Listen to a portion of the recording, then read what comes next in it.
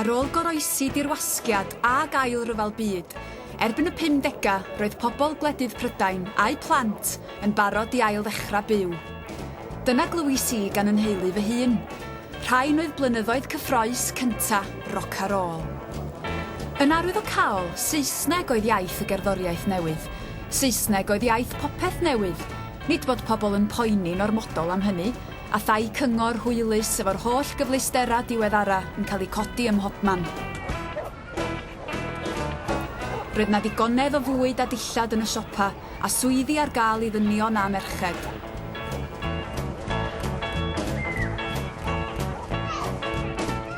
Gyda gwladoli'r hen ddiwydiannau trymion, daeth gobaith yn ôl i'r cymoedd. Byddai'r genhedlaeth newydd o blant ddim yn gorfod dianc dros y ffin I chwilio am waith. I Gymru oedd wedi diodda tlodi enbyd, roedd y 50au'n cynnig gwell dyfodol ym mha bynnag iaith. Mae Cymru erbyn 50au'r ugeinfed ganrif yn dechrau teimlo bod nhw'n profi ail chwilro diwydiannol. Y diwydiant glo yn parhau ar y pryd yn weddol llywyrchus. Y diwydiant dir yn dymewn â swyddi eitha bras rhwng 45 a 60 y mae cyflog trwch y boblogaeth yn dwblu. A chi'n cael wedyn erbyn dechrau'r 60au mwy a bobl yn cael telefon, mwy a bobl yn cael ceir, mwy a bobl yn cael teledu, rhewgell, gwyliau tramor. Yr oes o lawnder yma, never had it so good, mae hwnna yn sicr yn ffaith. Dros hanner cynta'r ugeinfed ganrif, roedd hanes yr iaith wedi dilyn yn fras yr un trywydd a hanes Cymru ei hun. Ar ddechrau'r ganrif, pan oedd y diwydiannau trymion yn ffynnu, mi roedd y Gymraeg hefyd wedi ffynnu. Pan oedd y gweithfeydd dir a glo ar ei hanterth ym 1913, roedd yna filiwn o siaradwyr Cymraeg yng Nghymru, yn nifer ycha erioed.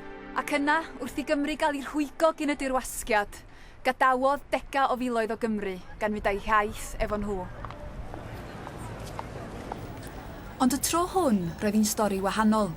Fe ddaeth heddwch, ond yn ei sgil ddaeth dim tawelwch meddwl I gefnogwyr Gymraeg. Yn y 50au y daethon ni ddeall o ddifri pa mor fregus oedd yr iaith.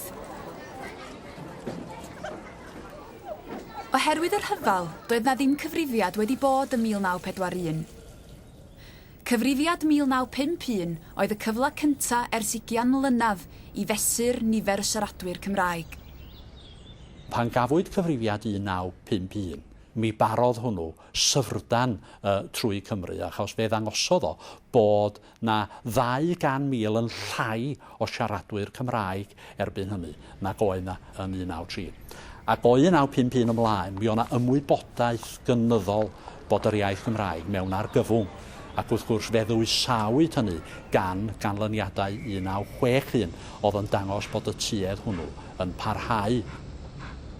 O'n i'n ymwybodol iawn fel rhywun a'i wreiddiau, yn y maes glo yn y Rhondda, o'n i wedi symud I Geredigion. Beth o'n i'n gweld fyny oedd degau o filoedd o bobl ar yn sicr, yn mi'n sôn am y 50au, dechrau'r 60au, oedd y Gymraeg yn iaith cyntaf iddyn nhw, ond oedd y holl drefn cymdeithas yn anwybyddu'r ffaith hynny.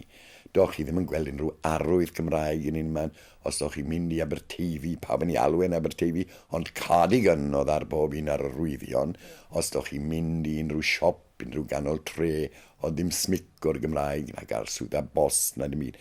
A geiriau cyntaf weles I eriod yn Gymraeg, heblaw o flaen capeli, oedd y stondin yn Samphagan yn dweud ar ydym yn gwerthu hifen ia. O'n I eriod wedi clywed y gair hifen ia. A wedyn ddodd ffactri lath fel un fach, a nhw wedi peintio ar y ffordd mewn, I mewn, ac ar yr un arall, allan. Wel, ni'n meddwl bod hyn yn chwilradol. O'r gorwel daw gair gŵr i'n herio, a breuddwyd y proffwyd praff i'n herio, a'r gwyliwr ar y tŵr i'n herio, gwlad mor llwath, gwlad mor saff. Ond dau ofer I eiriau ef, O'n i chlywed i'r alwad gref, ein ni sefyll yn gadarn y nawr, dros Gymru, dros ryddid y nawr. Gwynllan a roddwyd i'n gofal. Gwynllan a roddwyd i ni. Fel degawd yr ifanc mae pobl heddiw yn cofio'r 60au. Degawd oedd yn perthyn i'r plant a gafodd ei geni yn y blynyddoedd yn syth ar ôl yr ail ryfel byd. Ond un o ddynion gwrthodedig y to hun oedd yn gyfrifol am roi Cymru ar dan yn y cyfnod cyffroes hwnnw. Ysgolhaig a dramodydd a oedd wedi cilio o'r byd gwleidyddol ers yn agos i 20 mlynedd. A roedd gen i awydd, nid awydd bychan, awydd mawr iawn i newid hanes Cymru. I newid holl gwrs Cymru a gwneud Cymru Gymraeg yn rhywbeth byw, cry, nerthol, yn perthyn i'r byd modern. Ac mi fethais yn llwyr. Flwyddyn yn unig yn diweddarach, mi fyddai Saunders Lewis yn ymyrryd unwaith eto yn y frwydr, yn llwyddiannus y tro hwn. Dyma Saunders Lewis yn dal ar y cyfle i ymosod ar elynion y Gymraeg dros y canrifoedd. Mae'n olrhain gwrthwynebiad i'r iaith yn ôl i ddeddf 1536 ac yn dilyn hynt a helynt yr iaith oddi ar hynny ac yn dod i'r casgliad y bydd y Gymraeg yn farw cyn trwad yr 20fed ganrif os bydd y tueddiadau presennol yma yn parhau, meddai. Nid dim llai na chwyldroad yw adfer yr iaith Gymraeg yng Nghymru. Trwy ddilliau chwyldro yn unig y mae llwyddo. Fel erati o ddifri a heb anwadalu, yw gwneud hyn amhosibl dwy'n ymlaen busnes llywodraeth leol na busnes llywodraeth ganol heb y Gymraeg. Mae Saunders Lewis yn disgrifio'r ddarlydd mewn llythyr at yr arlunydd David Jones fel My Political Swan Song ac amcan gwleidyddol oedd y tu ôl iddi hi, sef ymosodiad ar blaid Cymru dan arweiniad Gwynfor Evans. Mae Saunders Lewis yn gweld y blaid wedi ymbarchuso, wedi mynd yn ddiogel, ac mae o am ei hysgwyd hi i weithredu yn anghyfansoddiadol. Yn ogystal â herio'r blaid i weithredu dros yr iaith, roedd o'n camol safiad Eileen a Trefor Beasley o Langennach, a mi ddyn nhw fyny cael bil treth Cymraeg gyn y cyngor. Gwrthododd y Beasleys a thalu'r bil Saesnag, ac am 8 mlynedd bu'r llysoedd yn meddiannu dodrefn y teulu, tan iddyn nhw dderbyn i bil dwyieithog cynta ym 1960. Credai Saunders Lewis mai drwy efelychu'r Beasleys y byddai Cymru'n ennill yr hawl i gael ei llywodraethu drwy gyfrwng y Gymraeg. Mae pob llywodraeth mewn gwlad democrataidd yn dibynnu i raddau helaeth iawn ar gydsyniad pobl. Dio ddim jyst yn gorfodi pobl i wneud pethau, mae pobl yn derbyn y drefn ac yn dilyn y drefn, ac mae'n anodd iawn llywodraethu os nad ydy pobl yn gwneud hynny. A dyna'n union oedd syniad Saunders Lewis. Da ni fel y Cymru yn gwrthod bellach cydsynio i drefn sydd ddim yn parchu'n hiaith ni. Ond roedd Plaid Cymru ac yn enwedig Gwynfor Evans yn ymwrthod yn llwyr a dulliau chwyldro. Nid pawb fodd bynnag a drodd glist fyddar i alwad Saunders Lewis.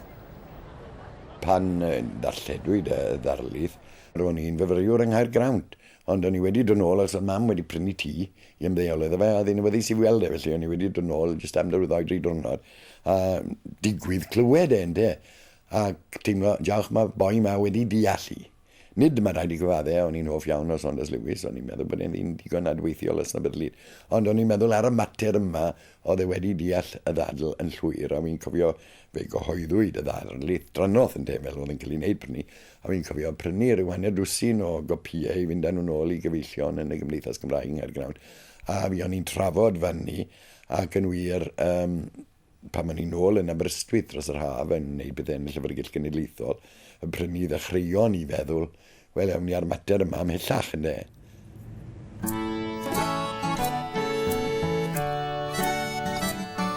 Yn Aberystwyth y gweithredwyd geiriau Saunders Lewis o ddifri.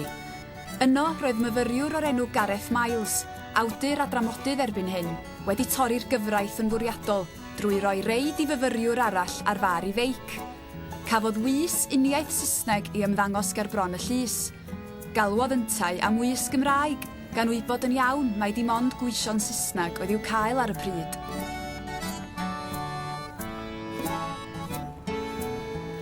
Yn ysgol haf Plaid Cymru ym 1962, galwodd 15 o'r aelodau ifanc ar y blaid I gefnogi achos y myfyriwr ar ei feic.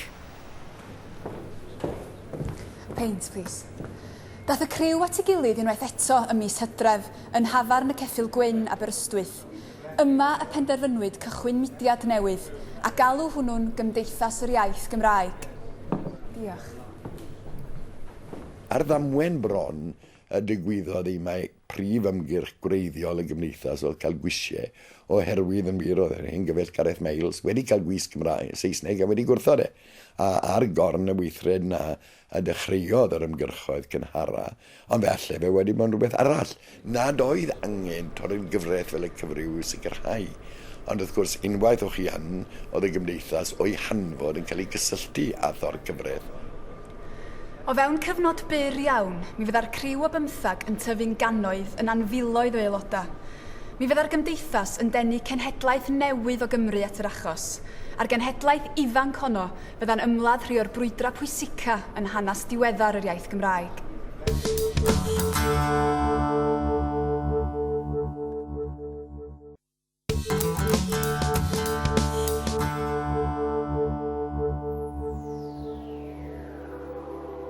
Degawd y chwildro oedd y 60au. Yn Affrica ac Asia, heriodd y brodorion rym yr hen ymerodraetha gan ennill i'r rhyddid. Yn America, mynnodd y boblogaeth ddu eu hawliau fel dinasyddion cyfartal, a thrwy'r byd gorllewinol dechreuodd pobl ifanc gwestiynu gwerthoedd eu rhieni. Herio'r drefn, dyna oedd y peth I wneud, o California I Geredigion. O'r brotest gyntaf ar bont Trefechan ym 1963, mi dyfodd Cymdeithas yr Iaith I fod yn fudiad protest hirhoedlog a hynod lwyddiannus. Rhwng 63 a 92, mi fu 1,105 o'i haelodau yn y llysoedd, a chafodd 171 o'r rheini I carcharu. Cymdeithas yr Iaith oedd yn gyfrifol am wneud y Gymraeg yn bwnc gwleidyddol, gan orfodi pob un o'r pleidiau I gyhoeddi polisïau penodol I hyrwyddo'r iaith. Yn lle bod yn iaith ar ei gwely angau, iaith a gysylltid ar capel a phethau hen ffasiwn, fe lwyddodd y 60au a'r 70au cynnar I wneud y Gymraeg yn rhan o ddiwylliant poblogaidd y Cymru ifanc.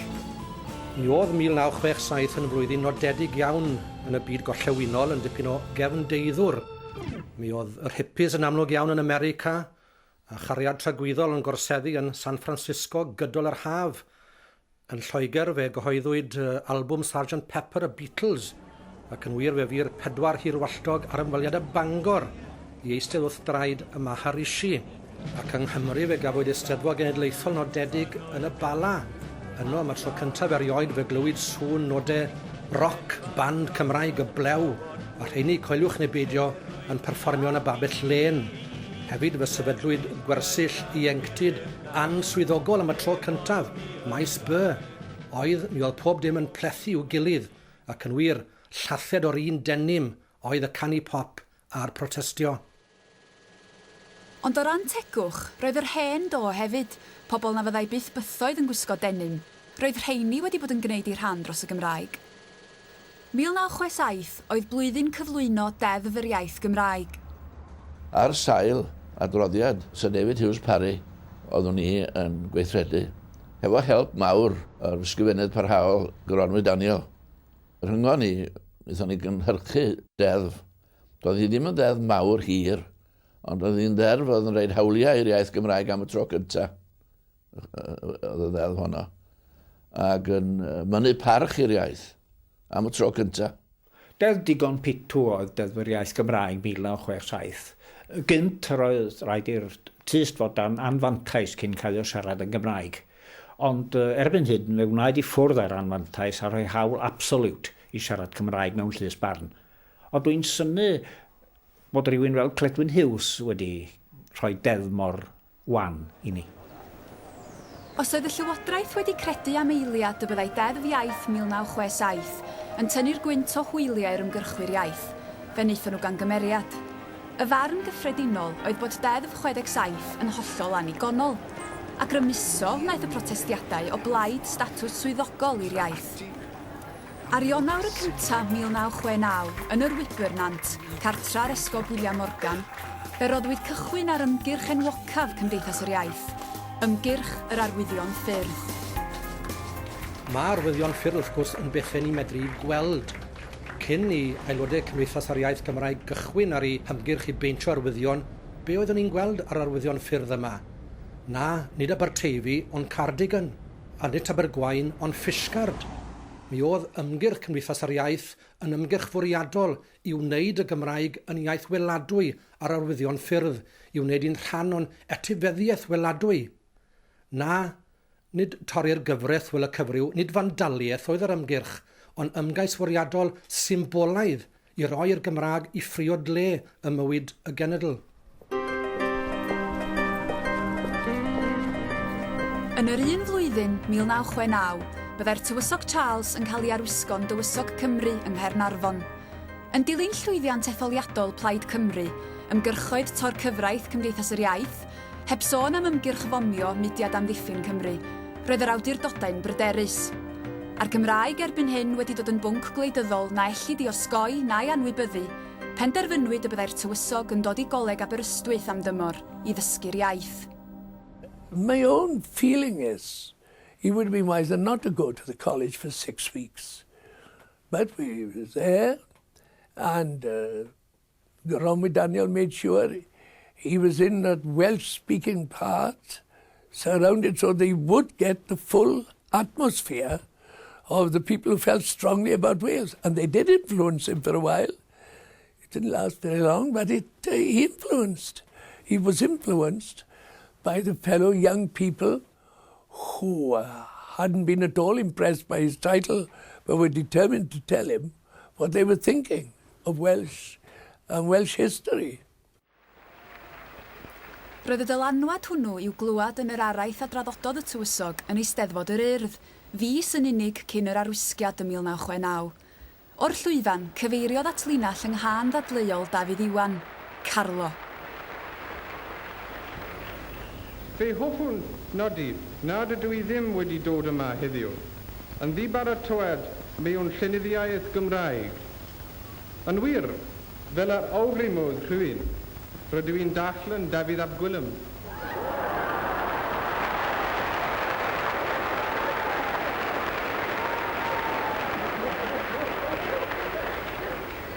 Rydw i'n darllen Dafydd ap Gwilym yn fy ngwely bob nos.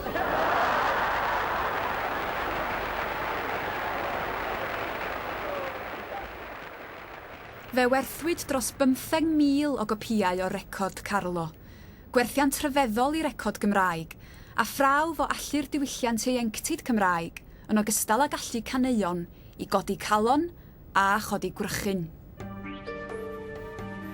Mae hi'n hawdd iawn portreadu'r 60au a'r 70au yng Nghymru fel cyfnod o gynnwrf a phrotest parhaus dros yr iaith a'r diwylliant Cymraeg, ond hanner y stori ydy hynny. Roedd na chwildro tawelach ar gerddad hefyd. Targedu'r Llywodraeth oedd tacteg Cymdeithas yr Iaith mwyn ceisio newid deddf gwlad. Ond roedd na rai pobl yn credu fod angen gweithredu dros y Gymraeg yn nes adra. Wedi'r cyfan, nid ar arwyddion ffyrdd yn unig yr oedd y Gymraeg yn bodoli. Roedd hi'n iaith bob dydd i nifer fawr o Gymru. Ym 1967, yma yn y parc ger y Bala, sefydlwyd y gangan gynta un o Ferched y Wawr. Nid am bod Merched y Parc wedi cael llond bol ar y WI, ond am bod y WI wedi cael llond bol ar Ferched y Parc. Roedd Merched y Parc isio gwneud popeth yn Gymraeg. A'i cosb am fod isio cymdeithasu yn ei mamiaeth oedd cael ei hesgymuno o sefydliad y Merched. Oedd rai o'r merched yn fodron iawn jyst cario ymlaen fel Cymdeithas y Parc ar ben un yn neud dim byd. Ond codas i'r mater bod yr Eisteddfod Genedlaethol yn dod i'r Bala y pryd yni, a dyna cyfle da i ni ddechrau rhywbeth.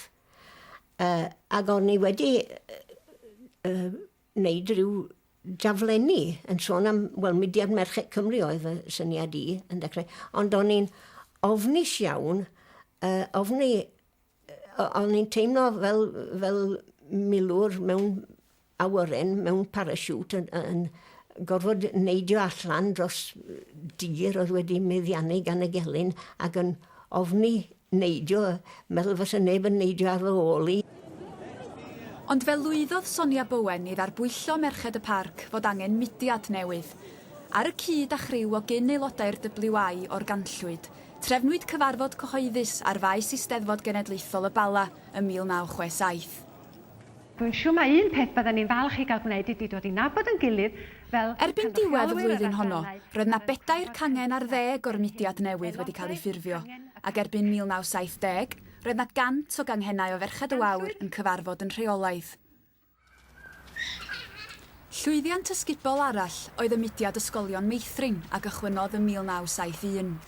Fe sefydlwyd ysgolion meithrin Cymraeg yng Nghymru, nid mwyn hyrwyddo gwerthoedd ac egwyddorion addysg feithrin fel y cyfryw, ond gan genedlaetholwyr a gwladgarwyr oedd yn gofidio'n enbyd am ystadegau difrifol y cyfrifiad yn 1951, 1961 a 1971 o safbwynt sefyllfa'r iaith Gymraeg.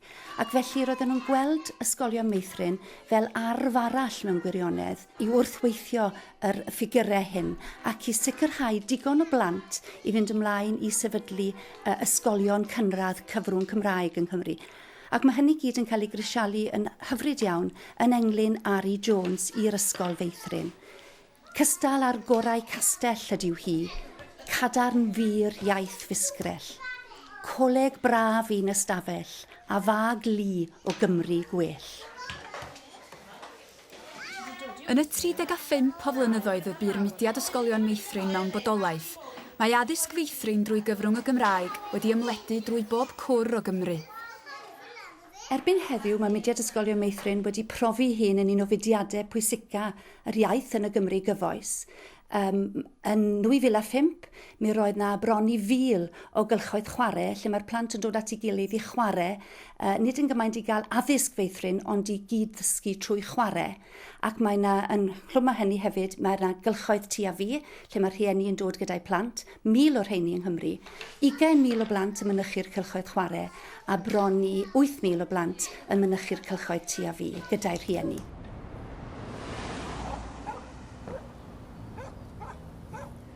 Roedd Cenhedlaeth Gyfa o Gymru, y canol oed yn ogystal ar ifanc, wedi ymateb i her Saunders Lewis yn ei ddarlith radio tynged yr iaith. Felly rhwng y protestwyr a'r rhai oedd yn gweithio dros y Gymraeg o fewn y sefydliad, roedd y llanw fel petai o'n dechrau troi o blaid yr iaith.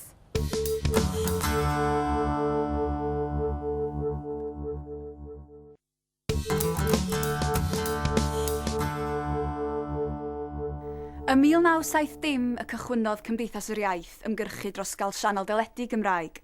Mae cefnogwyr yr iaith wedi dallt o'r cychwyn mor bwysig ydy'r cyfryngau torfol. Nôl yn y 2010, Cymreigio'r gwasanaeth radio oedd y nod, i bod ti wedi cymryd tan 1979 cyn y cafodd y Cymru Cymraeg i gorsaf radio ei hunan, Radio Cymru. Ac ar y cyntaf o Dachwedd 1982, ar ôl ymgyrchu chwerw, mi aeth S4C, sianel 4 Cymru, ar yr awyr. Croeso cynnes iawn i chi ymuno ni yma am y tro cyntaf ar aelwyd sianel 4 Cymru. Feda'r neb wedi fod sefydlu sianel deledu Gymraeg yn hwb seicolegol i'r Cymru Cymraeg.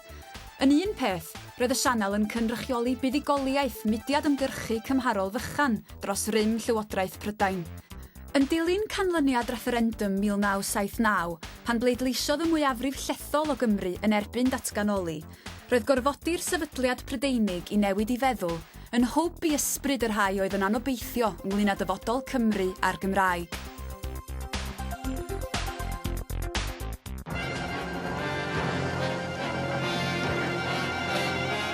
Ers dalwm, mewn ffatri deganau, yng nghanol rhes o dedis bach cyffredin. Ac roedd bodolaeth y sianel newydd Gymraeg o fantais i ddelwedd yr iaith.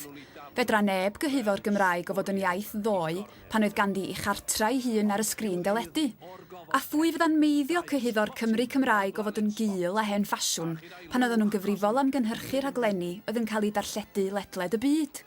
Nid Teddy cyffredin mohono bellach, ond Super Ted! Ond roedd yna fantais fawr arall i sefydlu'r sianel. Cai 25 o filiynau o bunna'r flwyddyn i gwario ar S4C. Pres oedd yn cael ei ddefnyddio i greu swyddi a oedd, fel rheol, yn cael ei llenwi gan Gymru Cymraeg. Mewn cyfnod lle roedd yna 2 miliwn o boblogaeth Prydain yn ddi-waith, mi roedd y 25 miliwn o bunnoedd hwnnw yn werth i gael, ac yn hwb mawr i'r economi yn ogystal ag i'r iaith.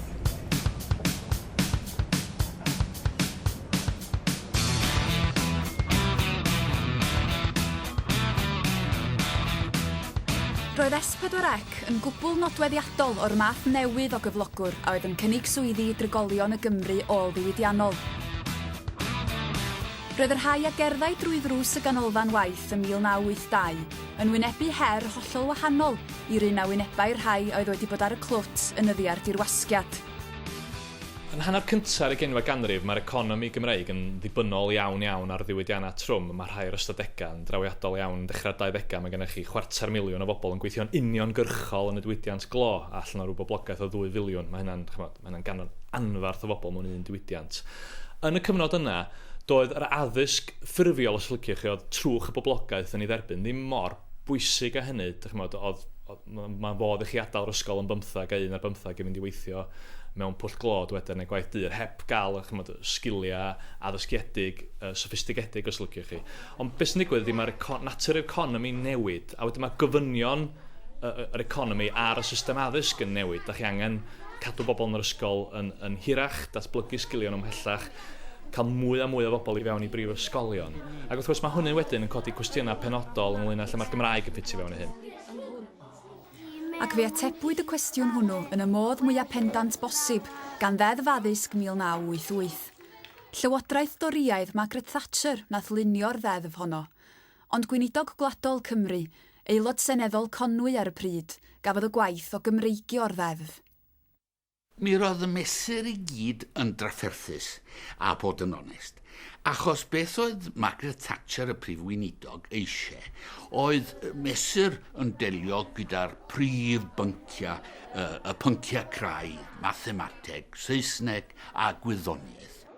O na un ffrau fawr ges i gyda hi, ond dwi'n falch o ddweud, bod y ffrau wedi mynd ymlaen am awr a hanner, rhyw gyda'r nos, doeddwn ni ddim wedi ildio dim.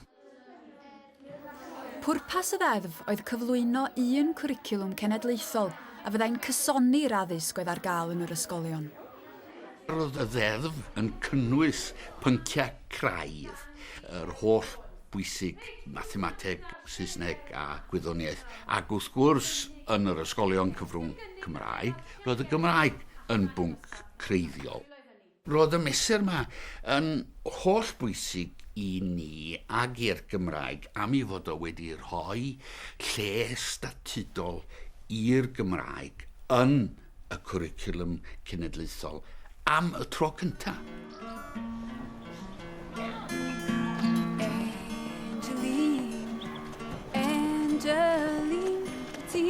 Golygau Deddf Addysg 1988 bod yn rhaid i'r mwyafrif llethol o blant Cymru astudio'r Gymraeg hyd at 40 oed.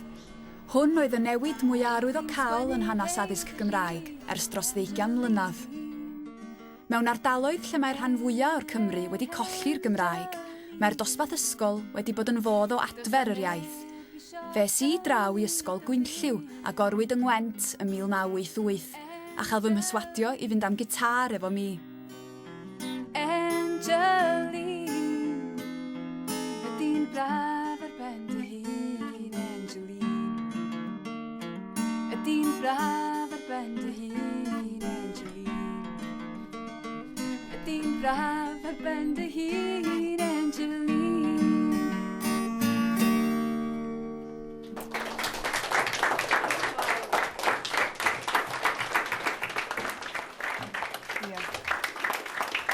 Mae Ysgol Gwynlliw yn gwasanaethu ardal eang iawn, dydy.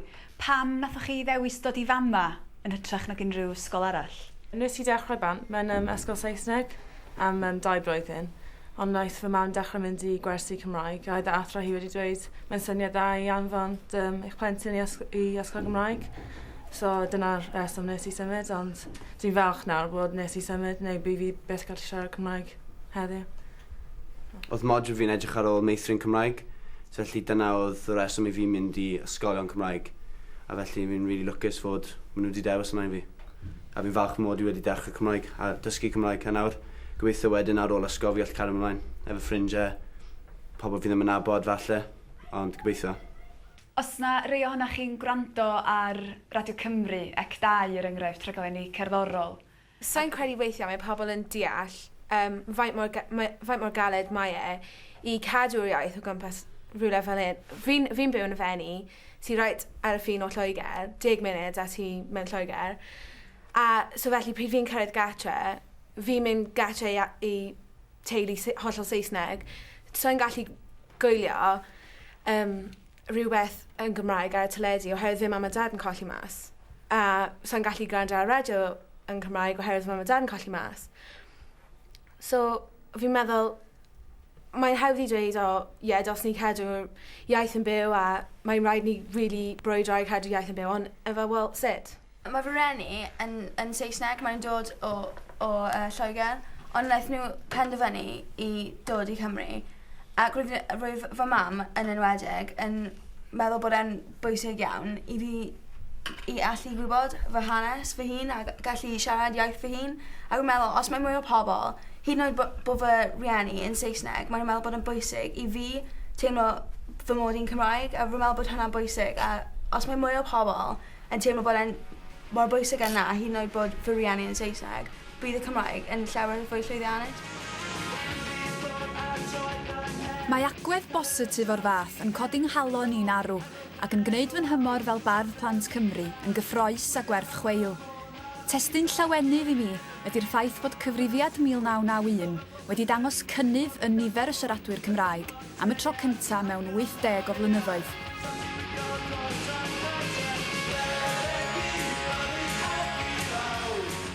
Ar ifanc oedd yn gyfrifol am y cynnydd, efo mwy o Gymru ifanc yn medru'r iaith na sy'n wedi bod ers yr Ail Ryfel Byd. Nid cyd-digwyddiad ydy hi fod yr union gyfnod hwnnw yn gyfnod o adfywiad mewn cerddoriaeth Gymraeg ac mewn ymgyrchu dros yr iaith. Erbyn 1971 roedd Rhif Aelodaeth Cymdeithas yr Iaith wedi codi tua 2,000 a mwy mi oedd y mudiad ar ei anterth. Ond dros yr 20 mlynedd nesaf, lleihau wnaeth Rhif yr Aelodaeth. Wrth i'r diddordeb yn y mudiad bylu, mi oedd yna lai o ymgyrchoedd oedd yn denu'r penawdau yn y papurau newydd ac ar y cyfryngau. Ond unwaith eto, erbyn dechrau'r 90au, fe gynyddodd yr aelodaeth i tua 1900, bron yr un nifer a phan oedd y mudiad ar ei anterth a ddechrau'r 70au. A fel yn y 70au cynnar, roedd gan gerddoriaeth boblogaidd ran allweddol i'w chwarae yn hwf y mudiad protest. Ar ôl blynyddoedd hes by'r 80au, daeth canu yn Gymraeg i fod yn cŵl unwaith eto ar drothwy'r 90au. Yr rhain oedd blynyddoedd y cyrff, ffac offi pawb a datblygu. Doedd ddim llawer o ganu protest yn y cyfnod yma, ond mi roedd na berthynas glos rhwng y bandia a Chymdeithas yr Iaith Gymraeg. Mudiad pobl ifanc yw Cymdeithas yr Iaith, a beth mae pobl ifanc eisiau gwneud yw yn ogystal ymgyrchu maen nhw eisiau cymdeithasu. Felly bob tro yna rali, bob tro yna gyfarfod, bob tro yna gyfarfod Senedd bron iawn, byddai rhywun yn trefnu gig, felly oedd e'n dod ar ddau beth ynghyd. Ond wrth gwrs oedd yr elfen wleidyddol yn bwysig iawn. Os ydych chi'n edrych ar gweithgaredd Cymdeithas yr Iaith tu allan i'r ymgyrchu gwleidyddol pur, mi oedd Cell Caerdydd yn trefnu gwersi Cymraeg, ond heblaw am hynny, dyna oedd y peth cymdeithasol oedd Cymdeithas yr Iaith yn neud. A'r gigs cyntaf sydd yn nhw eriod oedd gigs Cymdeithas yr Iaith mewn ardal bron yn gwbl Saesnigaidd. Ar ddechrau'r 90au, ymgyrchai'r gymdeithas dros ddeddf iaith newydd a deddf eiddo. Am ei rhan yn torri mewn i swyddfeydd y Llywodraeth yn Llandrillo'n Rhos, fe ddedfrydwyd y cadeirydd Alun Llwyd a Branwen Niclas, trefnydd y Gogledd, i flwyddyn yr un yng Ngharchar. Dyma'r gosb drymaf i aelodau'r gymdeithas i derbyn ers blynyddoedd. Y gweinidog gwladol Wyn Roberts oedd y bont rhwng y Llywodraeth a Chymdeithas yr Iaith drwy gydol y cyfnod hwnnw. Mae llawer wedi gofyn i mi oedden nhw yn gymorth yn te yn rhwystyr. A'r gwir amdani bod nhw y ddau.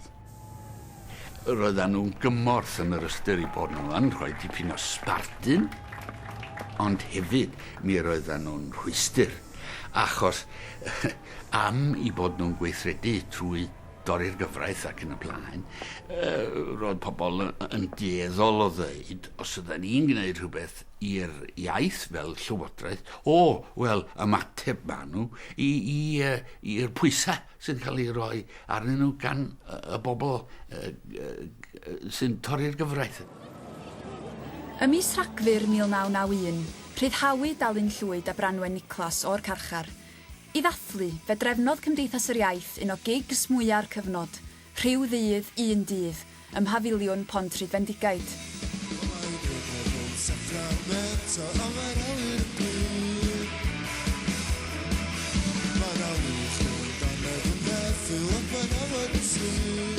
Oedd yna dros 10 ar 20 o fandiau yn chwarae.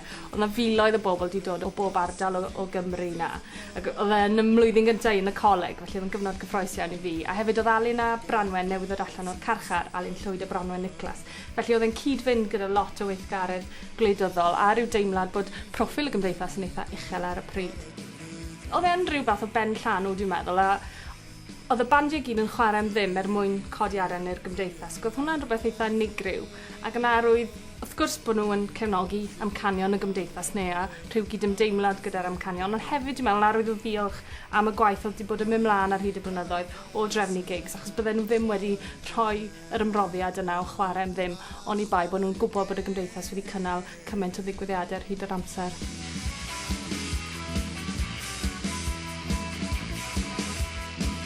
Roedd yna gytundeb lled gyffredinol erbyn y 90au bod Deddf yr Iaith Gymraeg 1967 yn hollol anigonol.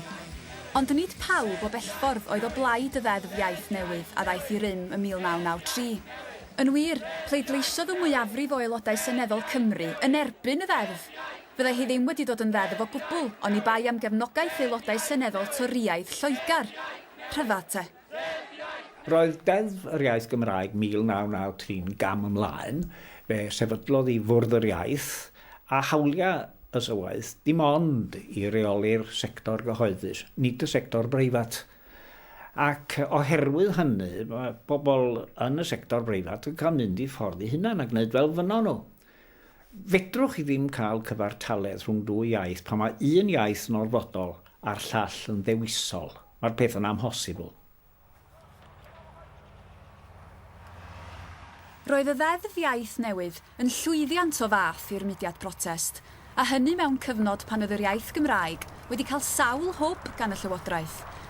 Ond doedd y dadla dros ddyfodol yr iaith ddim ar ben, ddim o bellffordd.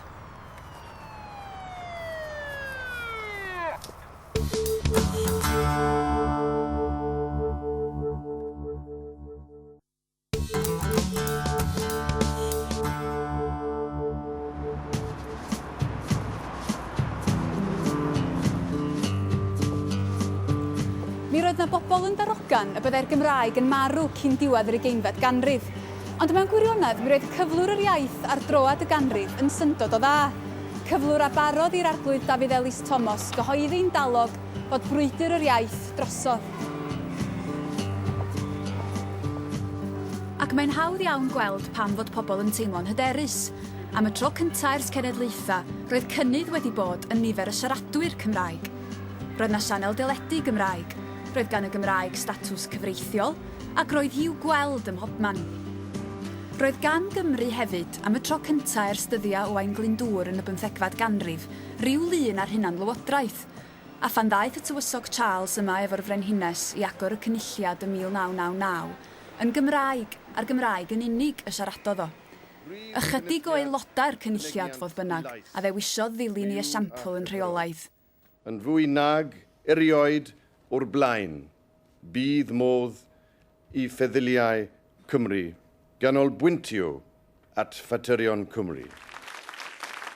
Prin iawn oedd y drafodaeth ynglŷn â dyfodol y Gymraeg yn ystod blynyddoedd cynta'r cynulliad, a deud y gwir, amharodrwydd yr aelodau I ddefnyddio'r iaith ar lawr y siambr oedd yr unig feirniadaeth ieithyddol a anelwyd at y cynulliad ar y cychwyn.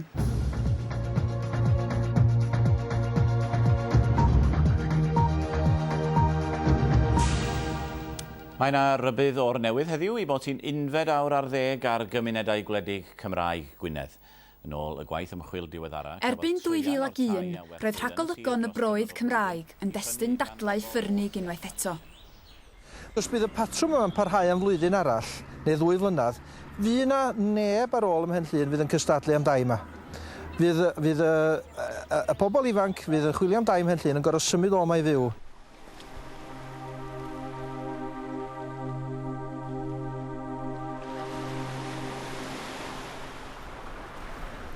Yn y 4edd ganrif ar 15, oedd y rhan fwyaf o bobl oedd yn dod i Gymru yn cael ei denu gyn gymoedd diwydiannol y De Ddwyrain. Ond erbyn yr 11 ganrif ar 20, mae'r sefyllfa di newid yn llwyr. Y Gymru wledig sy'n denu erbyn heddiw, ac nid yn unig fel canolfannau gwylia, ond fel llefydd deniadol i ymfudwyr, unau ymgartrefu yn barhaol neu i brynu tai ha.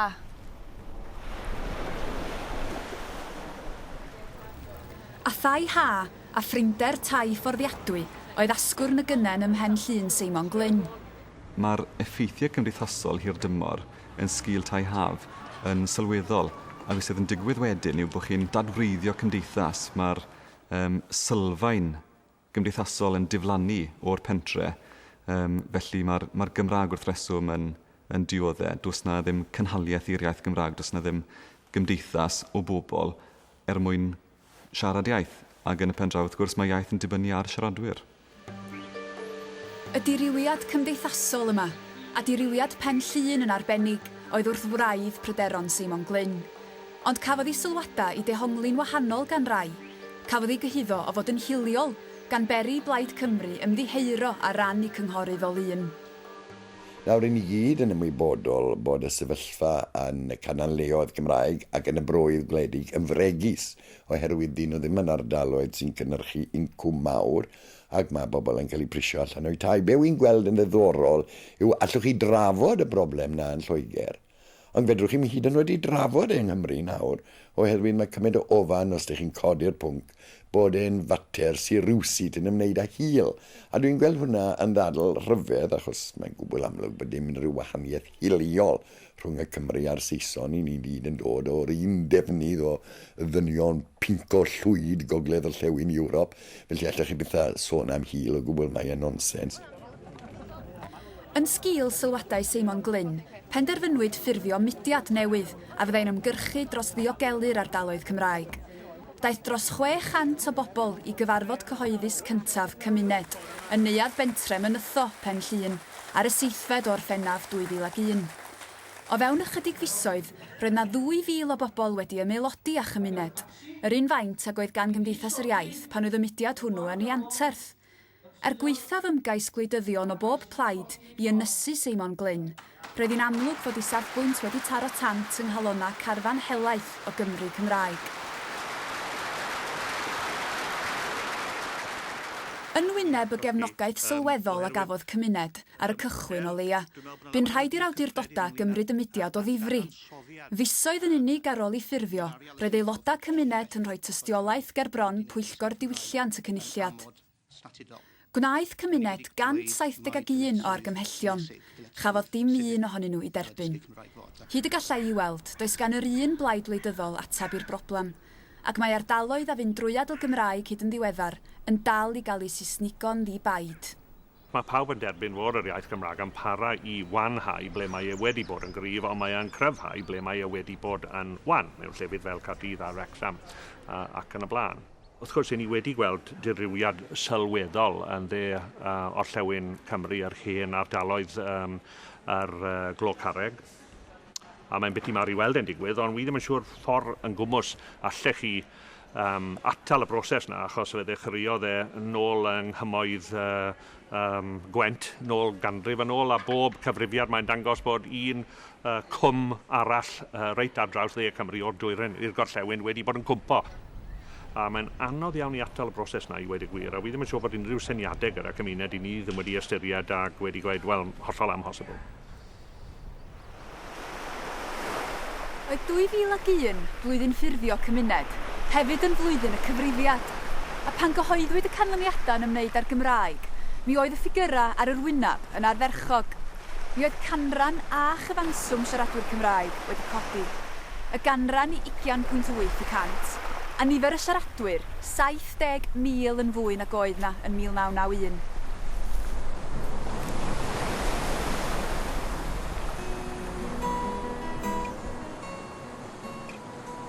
Ond mae yna fwy nag un ffordd o ddehongli'r ffigurau. Be ydy iaith wedi'r cyfan? Ar ei symla, ffordd o gyfathrebu. Ond mae iaith hefyd yn rhywbeth cymdeithasol, cymunedol. A phrinhau o hyd mae'r cymunedau a'r aelwydydd lle mae'r Gymraeg yn iaith gynta ac yn brif iaith. Sgyn i'm syniad lle dwi rwan hyn. Fe gychwynon ni daith yr iaith yn Rwsia, ac o'r 500,000,000 o bobl sy'n byw i'r gorllewin o Rwsia, mae rhyw 20,000,000 ohono ni yn siarad iaith leiafrifol. Hynny ydy, iaith sy'n cael ei siarad gan leiafrif hyd yn oed o fewn i gwlad ei hun.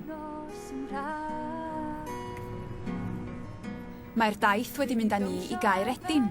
1000 o flynyddoedd yn ôl, fe fyddai'r rhan fwyaf o drigolion yr Alban wedi siarad iaith a oedd yn tarddu o'r un lle ac y tarddodd y Gymraeg. Erbyn heddiw, mae yna fwy o bobl yn siarad Cymraeg yn Sir Gaerfyrddin nac sy'n siarad Gaeleg drwy'r Alban i gyd.